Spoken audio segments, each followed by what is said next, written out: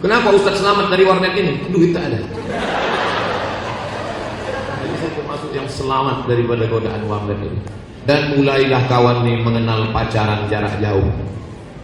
Saya 4 tahun kuliah di Kairo tak pernah pacaran. Makanya kalau sekarang saya menasihati adik-adik mahasiswa, jangan pacaran-pacaran. Memangnya Ustaz, saya 4 tahun di Kairo tak ada pacaran. Buanglah pacar pada tempat. Serius Ustaz nggak pacaran? Iya. Kenapa? Tak ada pacar. Jarak kampus laki-laki sama kampus perempuan 15 km. Tanya Ustaz Doni. Bukan macam di Amik. Ini kan hanya ada tembok Berlin di antara kita. Kami di sana sampai 15 kilo. Mahasiswa Indonesia jumlahnya 2.400 orang. Laki-laki 2.100, perempuan 300. Persaingan ketat.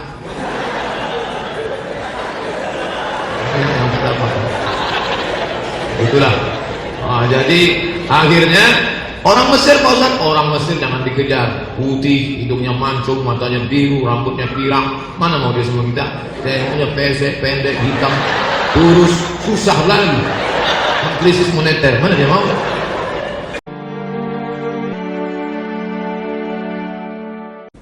Assalamualaikum warahmatullahi wabarakatuh. Dari bunyi sambutan salamnya nampaknya banyak yang sedang puasa sunat Sya'ban. Tapi kue kotak terbuka. Kullu amrin zibalin, semua amal yang baik walam yubda' bihamdillah, kalau tidak dimulai dengan alhamdulillah fahuwa aqta', maka amal itu putus. Kita tak ingin amal ini putus, maka saya awali dengan alhamdulillahi rabbil alamin. Kita tak ingin majlis ini menjadi majlis bangkai, busuk, berulat dan berbau, maka mesti disebut salawat. Allahumma salli ala sayyidina Muhammad wa ala ali sayyidina Muhammad. Itu akhlak semua itu. Akhlak memberi kata sambutan, diawali dengan alhamdulillah, diisi dengan salawat, kemudian senyum. Ustaz kok nggak senyum? Memang begini bentuk. Kemudian ada orang-orang, sebetulnya andai Nabi tidak sampai ulama ke negeri Melayu ini, kita tetap juga punya akhlak, tapi tak sempurna. Makanya Nabi itu disebut innama bu'istu liutammima, maka menyempurnakan.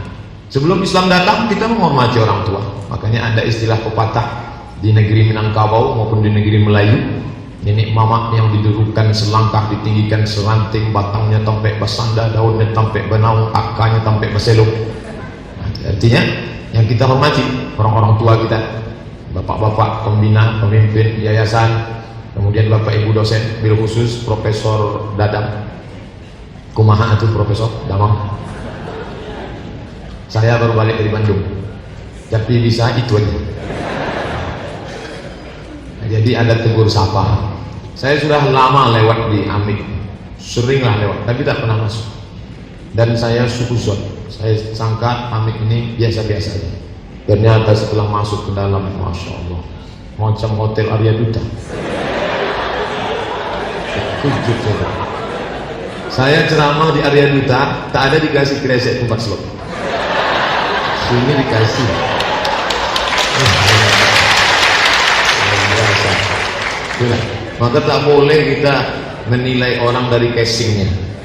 Casingnya biasa aja, tapi signalnya masya Allah. Jadi saya sengaja balik dari kampus, saya makan duluan, sehingga di rumah makan tak sempat pulang ke rumah. Saya makan dulu karena saya menduga paling Amik nih kue kotak aja. Tapi begitu sampai masuk ke dalam, saya tengok masih kotak sudah siap. Udah makan pula, tak jadi dah. Masya Allah. Begitu juga tadi mendengar suara Qori'ah, masya Allah. Itu asli mahasiswi atau pemain naturalisasi? Asli mahasiswi. Mahasiswi. Oh, nah itulah saya suuzon kan. Itulah, itu makanya tak boleh kita. Masa anak komputer pandai ngaji? Anak pandai, rupanya masya Allah suaranya. Beruntunglah suami-suami itu. Masya Allah, luar biasa. Jadi kalau ada orang mengatakan bahwa teknologi itu haram, manajemen, informatika, komputer, satu pun tak ada yang bahasa. Manajemen, manage, informatika, information, komputer, computer, tiga-tiganya bahasa Inggris. Tak tak bersunat dan tak mandi wajib. Orang kafir semua. Tapi kita tidak boleh menghukum kalau sudah dari barat kafir, itu tak betul. Ini bangsa kita ini sudah dikotomi. Kalau dari barat kafir, kalau dari Arab Islam. Tak semua yang dari Arab itu Islam. Saya pulang, saya tonton RTV.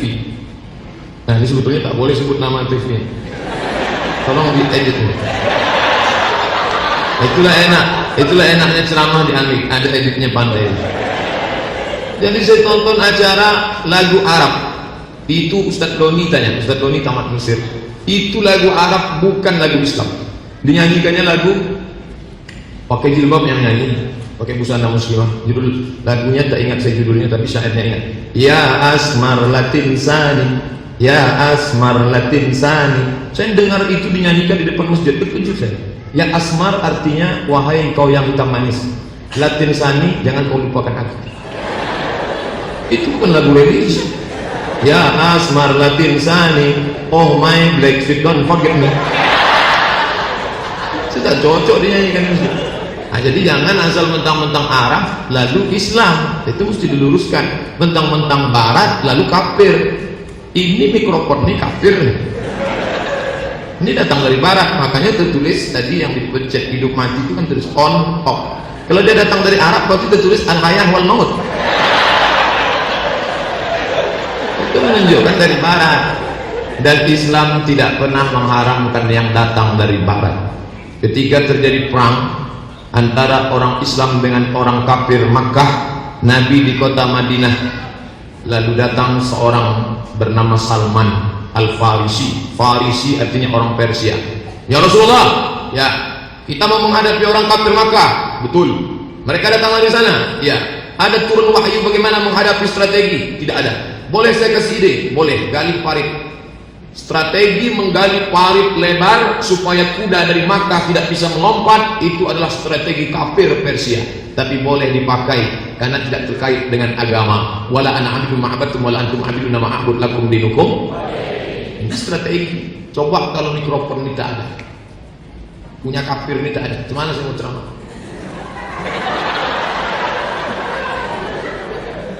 Jadi kalau ada orang mengharamkan alat, seandainya tidak ada ini infokus kamera, yang ujung-ujung sana tak nampaknya Ustaz. Tapi begitu alat ini ada, lebih besar pula gambar dulu Ustaz. Jangan ditengok betul, macam terowongan Mina itu Ustaz ini. Sehingga orang lebih fokus, makanya dia disebut dengan in fokus. Kalau ditengok ke dalam, fokus sudah menengok. Tak apa tengok-tengok lah. Nah ini jadi jangan underestimate lalu mendikotomikan. Kalau belajar hadis masuk surga, kalau belajar fikih masuk surga, belajar tajwid masuk surga, belajar komputer masuk neraka. Semua itu adalah alat, dan alat itu datang dari akal. Akal itu datang dari Allah. Ada yang tersurat tertulis namanya Quran, ada yang tersirat tidak tertulis akal. Akal berkreasi, maka muncullah al-haqqu dhallatul mu'min. Kebenaran itu milik orang beriman. Aina wajadaha fa huwa ahaqqu biha. Di mana saja dia temukan, maka itu punya dia. Walaupun yang menemukan orang barat, orang kafir, itu sebenarnya punya kita. Maka adik-adik teruslah belajar. Jangan sampai putus semangat. Berangkat dari rumah, langkah kaki kanan, bismillah tawakkaltu 'ala Allah, la haula wala quwata illa billah. Saya insyaallah ceramah sesuai dengan yang tertulis di botol aqua 600 ml. 60 menit sampai pukul 3 kurang. Karena dari pukul 3 ke pukul 3.30 itu Ustadz Doni nanti kita muhasabah, introspeksi diri sebelum kita sholat asar. Tausiah muhasabah.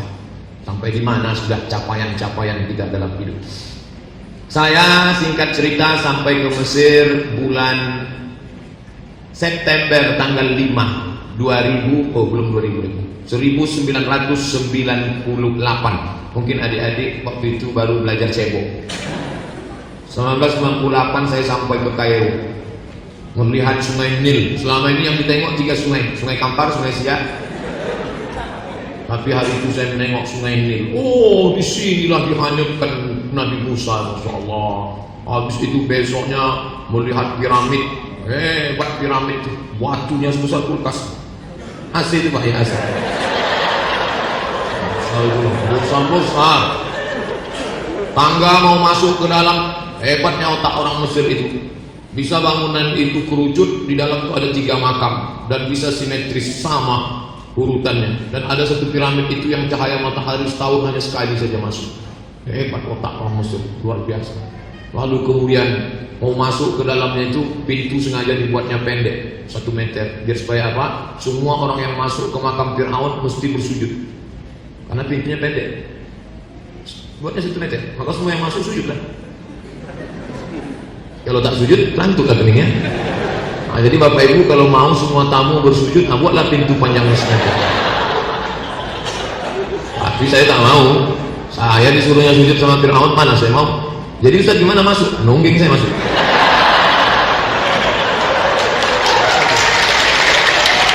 Nah, saat kita disuruh sujud sama Fir'aun, tidaklah ya. Masya Allah, hebat.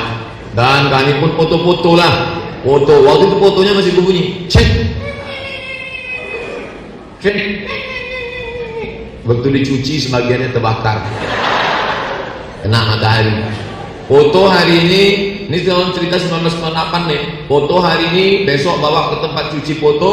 Setelah dicuci, cetak, besok pergi ke kantor pos Atabah namanya. Masukkan ke amplop, kirim ke Pekanbaru. Seminggu baru sampai. Udah itu dibalas pula sama emak seminggu lagi, baru sampai 2 minggu. Sempat lupa apa cerita masa lalu baru. Sekarang adik-adik orang Pekanbaru yang baru kuliah ke Mesir, begitu sampai di Mesir langsung mereka kirim foto. Ustaz, saya sudah di piramid, saya sudah di Sungai Nil, padahal belum 20 tahun. Begitulah cepatnya peredaran dunia. 98, zaman kami sulit Bapak Ibu. Salah sendiri Ustaz, kenapa hidup zaman dulu? Saya baru punya email tahun 1999, musim panas. Datang kawan saya ngajak ke warnet, Mat, mau kubuatkan kau email. Saya sangka email itu kue. Buatnya saya email. Itulah email saya pertama, saya kirim-kirim. Mulailah muncul warnet di Kairo. Itulah awal cikal bakal warnet. Kawan saya ada penjaga warnet dan saya rajin jalan ke situ karena main gratis. Lalu kemudian efek negatif dari warnet ini, mulailah nilai di Al-Azhar itu yang paling tinggi, Mumtaz, excellent. Di bawah Mumtaz, Jayyid Jiddan, very good. Di bawah Jayyid Jiddan, Jayyid, good. Di bawah Jayyid, Makbul. Makbul itu artinya makbul indallah. Orang yang nilainya makbul tak boleh S2. Makanya ada istilah, kau nilai kau apa? Makbul, makbul indallah. Ada seorang kawan nilainya very good, Jayyid Jiddan. Begitu kena warnet langsung jadi makbul. Gara-gara apa? Tidur di keyboard. Waktu itu belum ada Facebook, chattingnya waktu itu MNRC betul. Nah, kalau salah kasih tahu jangan segan. Itulah awal-awal chatting jadul, huruf-huruf saja, gambar tak ada, model bulat, senyum itu tak ada, gambar-gambar. Tapi orang sudah banyak. Itulah korban-korban teknologi luar biasa. Tapi alhamdulillah saya enggak. Saya termasuk yang stabil. Tingkat 1 good, tingkat 2 good, tingkat 3 good, tingkat 4 good, selesai. Tak sampai very good, tak sampai makbul. Kenapa Ustaz selamat dari warnet ini? Duit tak ada. Jadi saya termasuk yang selamat daripada godaan warnet ini. Dan mulailah kawan ini mengenal pacaran jarak jauh. Saya 4 tahun kuliah di Kairo tak pernah pacaran.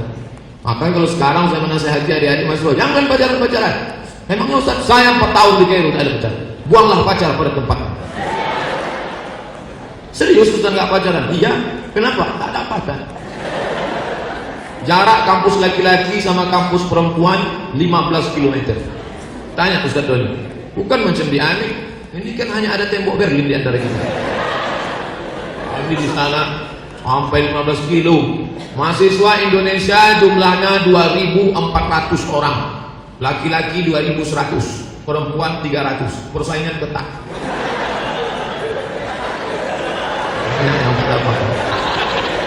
Itulah. Jadi akhirnya orang Mesir, Pak Ustaz, orang Mesir jangan dikejar. Putih, hidungnya mancung, matanya biru, rambutnya pirang. Mana mau dia sama kita? Saya punya pesek, pendek, hitam, kurus, susah lagi. Krisis moneter, mana dia mau? Moneter waktu itu tahun 97, 98 moneter $1 sampai 20.000. Kami berangkat itu banyak toko-toko Cina di Jakarta tertulis Bismillahirrahmanirrahim, bukan toko Cina, tapi pekongnya masih ada. Takut toko itu dibongkar. Itu 20 tahun yang lalu, 19 tahun yang lalu. Jadi pada saat itu tampaklah bahwa teknologi ini luar biasa. Karena mereka tak bisa pacaran, akhirnya kenalan jarak jauh. Namanya ta'aruf, casingnya ta'aruf, signalnya pacaran juga. Jarak jauh. Banyaklah kawan-kawan saya itu yang tertipu. Ustaz kok cerita kawan aja dari tadi? Mat, kata dia, ya aku mau pulang ke Jakarta nih. Ngapain? Mau jumpai yang kemarin ketemu di chatting. Iyalah, nanti kalau ketemu sampaikan cerita ke saya ya. Iya. Balik dia dari Jakarta, hancur Mat. Kenapa? Kami janjiannya ketemuan di Tanah Abang. Pas jumpa, kau sedang di mana? Di balik dinding ini dekat kamar makan. Tengok Mat, besar. Padahal di foto tuh rapi. Padahal bunga sudah kebawa nih gitu ya. Dia udah bawa, dia mau mempersembahkan macam di film Pretty Woman. Oh my dear, tapi begitu ku tengok lain, cabut aku langsung. Jadi mulailah teknologi merusak cara pandang, merusak nilai, merusak kehidupan. Ini sampel sederhana contoh bahwa kalau kita tidak kuat-kuat memegang akidah, agama, ajaran orang tua, ini teknologi akan menjadi racun. Tapi saya tak ingin mengatakan tampakkan semua keyboard ini, matikan semua internet ini, mari kita balik ke zaman batu. Begitu. Karena saya merasakan sendiri, Profesor. Kemarin hari Jumat saya sholat di masjid Studio Trans TV di Bandung. Setelah saya acara sholat Jumat, nanti Ustaz Somad akan menyampaikan tausiah. Saya sudah mulai ucap saya. Karena di studio itu tidak ada pemukiman masyarakat, tidak ada rumah orang di situ, ada jemaahnya. Jadi saya berpikiran ini yang ceramah di sini pasti nanti orang yang dikenal oleh masyarakat Bandung. Sementara saya tak ada jamaah, siapa yang mau datang nanti? Ini pasti tak ada jamaah. Saya duduk di dalam ruang, dipersilakan mereka makan, silakan makan, udah hilang selera makan saya. Mama di dalam. Setelah jam 1.30 kepada Al-Mukarram Haji Abdul Somad, kita persilakan menyampaikan tausiah di Masjid Studio Trans. Saya pun keluar, saya tengok penuh. Kok ramai mereka. Selesai acara mereka minta foto, minta alamat, minta ini, minta itu, macam-macam. Saya bilang, kalian kenal kan saya dari mana? Saya selalu dah nonton Ustaz di YouTube. Ternyata jamaah alam goib dari YouTube. Kami setiap subuh Sabtu ngikuti Ustaz di FB fanpage streaming, live streaming. Oh, kalian mengikuti ternyata. Iya, malah orang di Pekanbaru tak tahu. Jadi ternyata luar biasa pengaruh alat ini. Jadi maka alat teknologi ini adalah dia macam pisau. Kalau kita pakai untuk motong ayam, dipakai untuk motong kue, maka bisa. Tapi dia bermata dua. Kalau silap-silap salah potong, urat nadi kita putus, bahkan urat leher kita pun akan putus. Makanya adik-adik, bapak-bapak, ibu-ibu, sayang kepada anak membelikannya gadget, maka bukanlah bentuk kebijaksanaan dan permusyawaratan bagi rakyat Indonesia. Bentuk kebijaksanaan adalah ketika dia sudah paham. Tadi sebelum kemari saya mampir ke rumah makan di sini, lupa saya, entah Pak Datu, entah Mak Datu, terserahlah, Mak sama Pak sampai kan. Ada seorang anak kecil, saya tebak umurnya paling 3 tahun. Dia minta minum sama emaknya. Mak, minum. Maknya tak mau ngasih. Mak, mau minum ini. Maknya tak mau ngasih. Nah, maksudnya maknya tak mau ngasih. Kenapa? Karena minum, kata anaknya itu adalah ceret untuk cuci tangan. Si anak tak tahu ini tak baik. Nah, ini untuk cuci tangan. Tapi dia berkeras minta. Andai dia kasih ke anak itu, apa yang terjadi? Mungkin anak itu akan minum ketawa, tapi setelah itu main ceret. Begitu juga dengan ini. Kalau belum sampai masanya, yang terjadi sekarang efek dari gadget, dari HP ini bukan hanya kepada anak-anak sekolah, mahasiswa. Boleh percaya, boleh tidak, boleh yakin, boleh tidak, tapi yang jelas seorang anak baru lahir, prematur, anak yang baru prematur ini kedinginan, akhirnya dimasukkanlah ke dalam oven atau apa namanya? Hah? Yalah, itulah pokoknya. Dimasukkanlah anak tadi ke dalam. Perawat yang menjaga di rumah sakit itu asik main gitu. Apa yang terjadi? Berasap anak itu masak. Pernah mendengar berita itu? Pernah kan? Saya mau yakinkan bahwa saya tak mengada-ngada. Sampai ke sana, Kemarin 2 minggu yang lalu saya dikirim kawan foto anak kecil sedang memeluk batang kelapa, dikasih selendang, emaknya asik main HP, diikatkannya anak itu ke batang kelapa. Nah, dia asiknya. Ini kan luar biasa. Ini pengaruh gadget. Saya selama di komplek sekolah tinggi komputer ini, manajemen informatika komputer, justru saya tidak melihat ada dosennya mahasiswa yang main komputer. Justru unik mendengar ceramah. Tadi jumpa sama profesor, jumpa sama pak dosen, jumpa semuanya respon. Kadang saya di tempat lain mau datang mau apa dia cuek aja. Pak, ini Ustadz mau datang? Ya, silakan datang. Ya, sebentar. Ya, saya lagi apa nih? Ya, sebentar.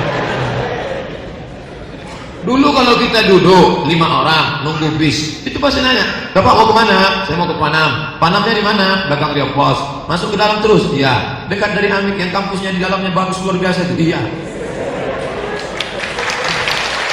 Tapi sekarang mana ada? Sekarang pertemanan orang la kalam wala salam.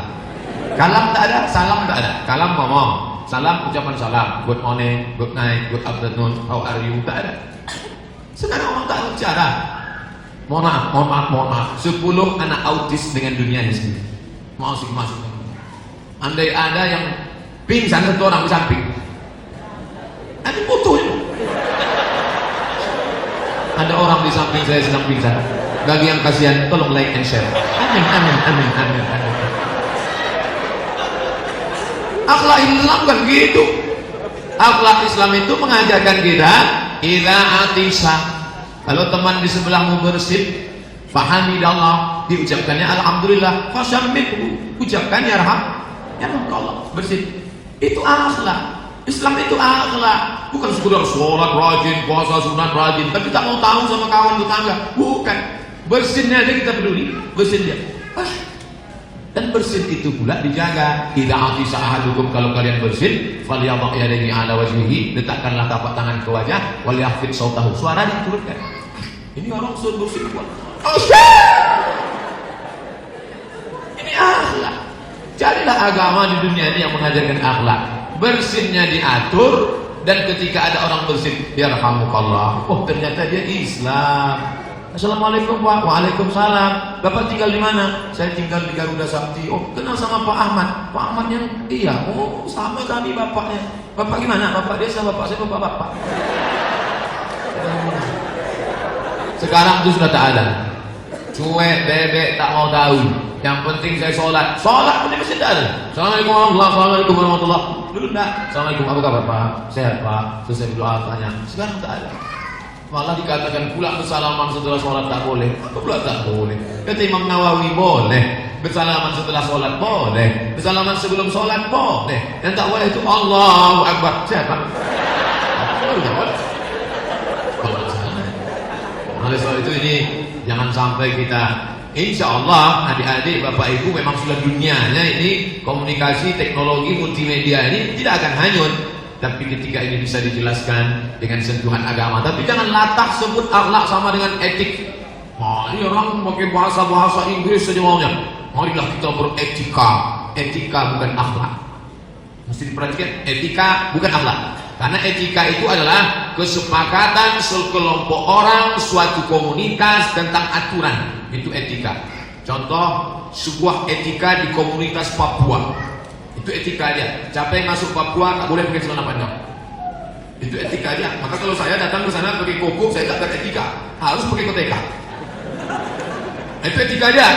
Maka jangan heran kalau kita naik pesawat, itu pramugari ramahnya di kampung. Begitu kita sampai di pintu, selamat datang Bapak, mau ke Jakarta ya, nomor kursinya. Silakan ambil bonbon 1, 2, yang banyak-banyak ya. Silakan korannya, koran Sindo, koran Kompas, koran Rio Pos, koran ini segala macam. Silakan ini, tolong dibuka, awas kena kepala ya. Ramahnya minta ampun. Begitu sampai di Cengkareng, ditengok yang kita tidak. Kenapa? Itu etika pesawat terbang. Artinya dia beretika ketika di dalam pesawat dan sedang terbang. Kalau udah turun, kok bukan sampai gue dia katanya. Oleh sebab itu maka dalam Islam kita tidak pada etika. Etika kesepakatan orang di tempat tertentu, di komunitas tertentu. Sedangkan akhlak dia adalah datang dari Allah Subhanahu wa taala. Tak ada guna orang sholatnya rajin, puasanya banyak kalau tak berakhlak. Makanya kalau ketemu saya dengan Bapak, ketemu saya sama Pak Profesor, siapa yang paling mulia di sisi Allah? Awwalu man yabda'u bis salam, yang pertama kali mengucapkan salam. Saya alhamdulillah sampai di komplek ini memang betul-betul dimuliakan. Di parkir sudah disediakan, susah parkir. Berapa kali saya ceramah tak jadi, tak dapat tempat parkir. Ini seluas-luas parkir. Kita memang disediakan, memang tak ada orang. Begitu masuk ke dalam disambut, di pintu saya disambut, Assalamualaikum Ustaz Somad, selamat datang Ustaz Somad, disalami, dikasih pisang, dikasih jeruk. Di tempat lain saya ceramah, kue banyak, tapi plastik tadi buka. Seganlah kita nyampe, ya? Saya tengok aja, ini aja. Biasa. Nah, ini betul-betul saya bawa nanti pesan dari Amik. Kemarin saya ceramah, saya ceritakan, kalian kalau mau berakhlak, bukan nengok dari kampus Islam, tapi pergi kalian ke Amik. Penceramah sediakan parkir, penceramah datang dikasih pisang, penceramah disediakan buah infokus biar nampak, mikrofon yang mantap, dan yang paling penting ada kresek untuk sholat.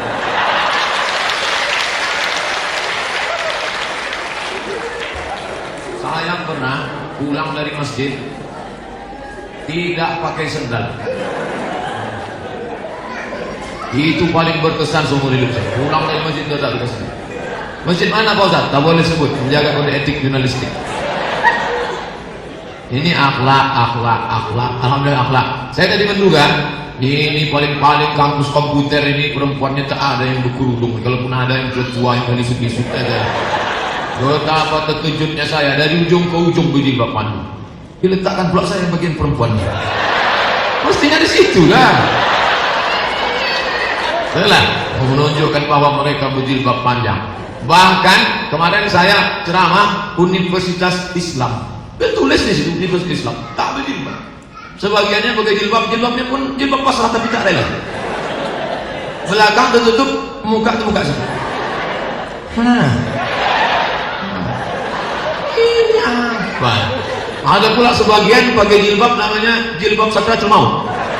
Jadi kain panjang, harus dililitkan ke atas, dililitkan, terakhir lilit di leher. Aku sambil mengatakan, iya jangan mau mana?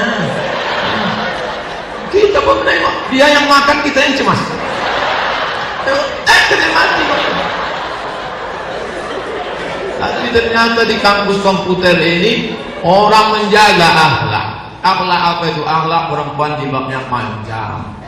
Saya tadi menduga sekarang berapa kali saya ditelepon disuruh ruqyah.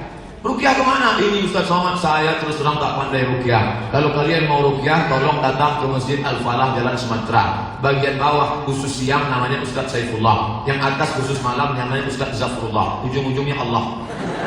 Yang bawah Saifullah, yang atas Zafrullah. Ujung nomor teleponnya 119. Kalau ada kebakaran 911. Tapi kalau diganggu setan, jin, hantu, nyebalang tanah, itu 119. Datang kalian ke sana. Di rumah sakit Zainab ada juga. Rumah sakit Zainab di basement itu ada ruqyah. Kalau ada yang sakit, ingat rumah sakit Zainab. Ingat ibu, ingat anak, ingat Zainab. Anak SMP, anak SMA itu banyak sekarang diganggu jin. Kenapa diganggu jin? Salah satu sebabnya celana jin dipakai. Apa tak mengamuk jin? Marahlah dia. Dokter sudah ngasih tahu, jangan pakai celana sempit. Karena celana sempit itu mengganggu peredaran darah, menimbulkan penyakit. Orang kita tak peduli, biar sakit asal kaya. Sempit sampai menjerit paha. Tolong! Kita tidak sampai sini. Itu di barat, celana-celana legging itu yang ujungnya kecil. Tapi kabarnya walaupun kecil bisa menyampul kaki yang sebesar batang kelapa. Itu di barat dipakai orang untuk senam aerobik di ruang tertutup convention hall aerobik mereka. Sampai di Pekanbaru dipakai orang belanja ke pasar pagi mereka. Makanya kalau sudah pagi Ahad, pagi Sabtu, hari libur, banyaklah tukang ayam yang salah potong. Mengaku. Ini akhlak. Lebih baik tidak bawa-bawa kampus Islam tapi Islami daripada casingnya Islam isinya setan. Ini memang casingnya informatika komputer. Tak ada bawa-bawa bahasa Arab. Komputer bahasa Arabnya apa Ustaz? Komputer. Tapi orangnya Islami, cara menghormati orang, ada tata krama, ada sopan santun. Laki-laki perempuan tak boleh bercampur. Kalau bercampur namanya ikhtilat. Ikhtilat itu haram, pandang memandang. Makanya bapak tak bisa nengok ibu, ibu tak bisa nengok bapak, saya bisa nengok ibu. Tapi itu pun tak terlalu jelas jauh. Oleh sebab itu, ini ajaran Islam. Isi daripada ajaran Islam itu adalah akhlak, akhlak, akhlak. Sekarang akhlak itulah yang tak ada. Akhlak suami kepada istri, akhlak anak pada orang tua, akhlak dosen. Saya sehari-hari dosen, mengajar. Kampusnya di mana Pak? Kilometer 15. Jangan salah sebut, yang kilometer 11. 15. Mana sana? Mengajar saya di sana. Alhamdulillah, sampai hari ini peraturan. Tidak boleh pakai celana jin, tidak boleh pakai sandal jepit, tidak boleh bonceng-bonceng. Ini penting. Say no to bonceng. Dulu kalau mau kenal perempuan payah. Laki-laki zaman dulu kalau mau kenal perempuan mesti bawa lidi. Lidi itu dicucuk ke bawah rumah orang Melayu kan pakai papan, dicucuk. Itu miskol tuh zaman dulu.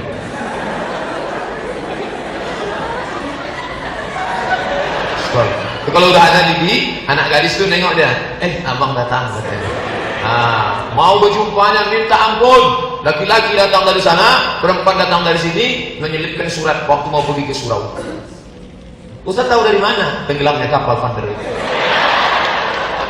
Masya Allah, kalau menengok Zainuddin itu, titik air mata. Menengok Zainuddin titik air mata. Menengok Hayati titik air dia.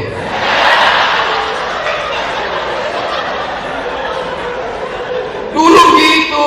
Zaman sekarang orang mau kenal perempuan ini tanpa batas.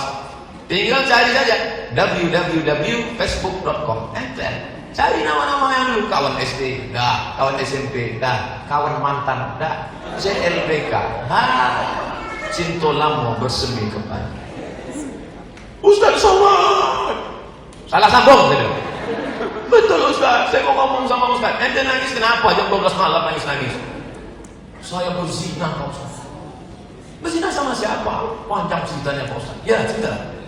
Jadi saya punya mantan Pak Ustaz. Terus saya cari dari internet. Terus dapat. Terus saya add friend. Terus dia confirm.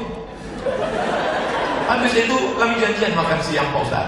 Habis itu kami nanya, gimana suamimu? Enggak seperti kamu. Gimana anakmu? Karena suamiku tak baik, anakku pun juga tak bagus. Akhirnya kami pun makan siang bersama Pak Ustaz. Habis makan siang, Pak Ustaz tahu sendirilah gimana pepatah Inggris mengatakan no free lunch. Tak ada makan siang yang gratis. Akhirnya terjadi apa yang terjadi Pak Ustaz. Ente mandi taubat. Gimana caranya Pak Ustaz? Mandi taubat ente macam mandi wajib. Yang mana dulu basah Pak Ustaz? Terserahlah mandi basah. Kebetulan di kamar mandi basah kepala. Kalau kebetulan salto yang tadi sungai siang kaki. Apakah kalau saya mandi taubat ini hilang dosa-dosa saya Pak Ustaz? Mamin muslimin yuznibu dzamban. Kalau ada orang berdosa, summa yatatahhar, kemudian dia mandi bersuci, summa yusalli raka'ataini, salat sunat 2 rakaat, surat taubat. Summa yastaghfirullah, minta ampun kepada Allah, illa ghafarallahu lahu. Tak juga dia yakin. Apakah Allah memaafkan saya Pak Ustaz? Ente mandi aja dulu. Coba dulu. Ini kasih gelisah bunda kalau mandi. Apa kalau saya mandi dosa saya hilang Pak Ustaz? Dosamu hilang kata Allah. Nabi yang mengatakan. Apalagi kalau kau mandi di tengah sungai Siak, bukan cuma dosa yang hilang, kau pun hilang juga. Nih, gara-gara apa itu CLBK? Saya memang banyaklah ketemu kawan-kawan di internet itu. Kawan dulu sama-sama di pesantren ketemu, kawan sama SD ketemu, kawan sama Mesir ketemu. Ini bertemu silaturahim baik, tapi berapa banyak juga yang terjerumus ke dalam perbuatan-perbuatan yang tak diridhai Allah. Banyaklah istri-istri mengadu. Jauh berjalan banyak ditengok, lama hidup banyak dirasa, lama jadi ustaz banyak yang curhat. Ustaz, suami saya kalau sudah megang gadget nggak ingat saya lagi. Kalau saya tegur bang, sholat bang, urus saja dengan sendiri. Kamu setelah nikah dengan aku, surga di bawah tapak kaki. Ini dia. Ini tak betul. Akhlak seorang muslim mana? Oleh sebab itu beruntung bertualah adik-adik yang bisa menikah dengan muslim yang baik, komputernya mantap, hebat buat program, tapi sholatnya tak tinggal. Ada yang bilang aneh, berarti tak sholat. Ini kita ceramah di masjid atau di masjidnya sana Pak Ustaz? Musola. Oh mantap. komplek, kantor, ruangan, pengajian, musola. Rutin pengajian sini Pak, rutin Pak Ustaz. Ada namanya Madinah, ada namanya program ini, macam-macam. Maka jaga ini, karena kalau orang sudah tak berakhlak, tak lagi ada makna dalam kehidupannya. Menjaga akhlak suami istri, dekat. Beruntungnya ibu-ibu ini yang besok hari apa besok? Hari Rabu malam Kamis, jangan lupa puasa sunat. Puasa sunat Kamis dapat pahala 2 sekarang. Puasa sunat Kamis dapat pahala bulan Syawal. Khusus bagi ibu-ibu yang kemarin puasanya tinggal, berapa hari ibu tinggal tahun lalu? 30 hari. Kok banyak betul? Mengandung anak Pak Ustaz, saya tak bisa makan, badan saya lemas. Anak di dalam, waktu di ronsen nampak dia minta air. Tak sampai hati saya Pak Ustaz. Anak itu kan dalam minta air ini. Minta air. Mana pernah dia bilang gini? Kalau gini RCTI lah. Tahun kedua mau mengganti puasa tak bisa. Puasa ibu 30 hari. Tak bisa diganti Pak Ustaz. Sekarang badan saya pun lemas menyusukan anak. Tahun ke depan mau diganti tak juga bisa. Kenapa tak bisa? Menyusukan dalam Islam 2 tahun betul-betul. Tahun pertama mengandung, tahun kedua menyusukan, tahun ketiga menyusukan. Otomatis untuk satu anak 30 kali 3 90 hari mak kita berkorban. Yang melawan mak, melawan orang tua. Ingat nih, kita lahir ke dunia ini lewat perut dia 19 hari. Bukan langsung dari planet Mars kemari. Itu Mr. Bean. Kita melalui rahim dia, melahirkan kita ke dunia ini bersimbah darah, titik peluh, keringat, air mata. Meregang nyawa dia melahirkan kita. Bukan macam emak sekarang enak aja melahirkan anak, macam buang ingus. Lahir. Dulu kan pula begitu. Meregang nyawa dia melahirkan. Maka tanya orang tua kita, Mak, waktu aku dalam kandungan perutmu, maaf ya Mak, berapa hari aku menyebabkan emak tak puasa? Paling tidak 90 hari dia tak puasa gara-gara kita. Maka gantilah puasa sekarang. Ingatkan dia. Saya Pak Ustaz, mak saya umurnya 80, terus saya paksa dia puasa. Kenapa dipaksa? Saya dulu dipaksanya Pak Ustaz. Oh, tak boleh, durhaka kita. Kalau dia sudah tak sanggup puasa, maka kita bayarkan fidyah. Fidyatun ta'amu miskin. Itu akhlak.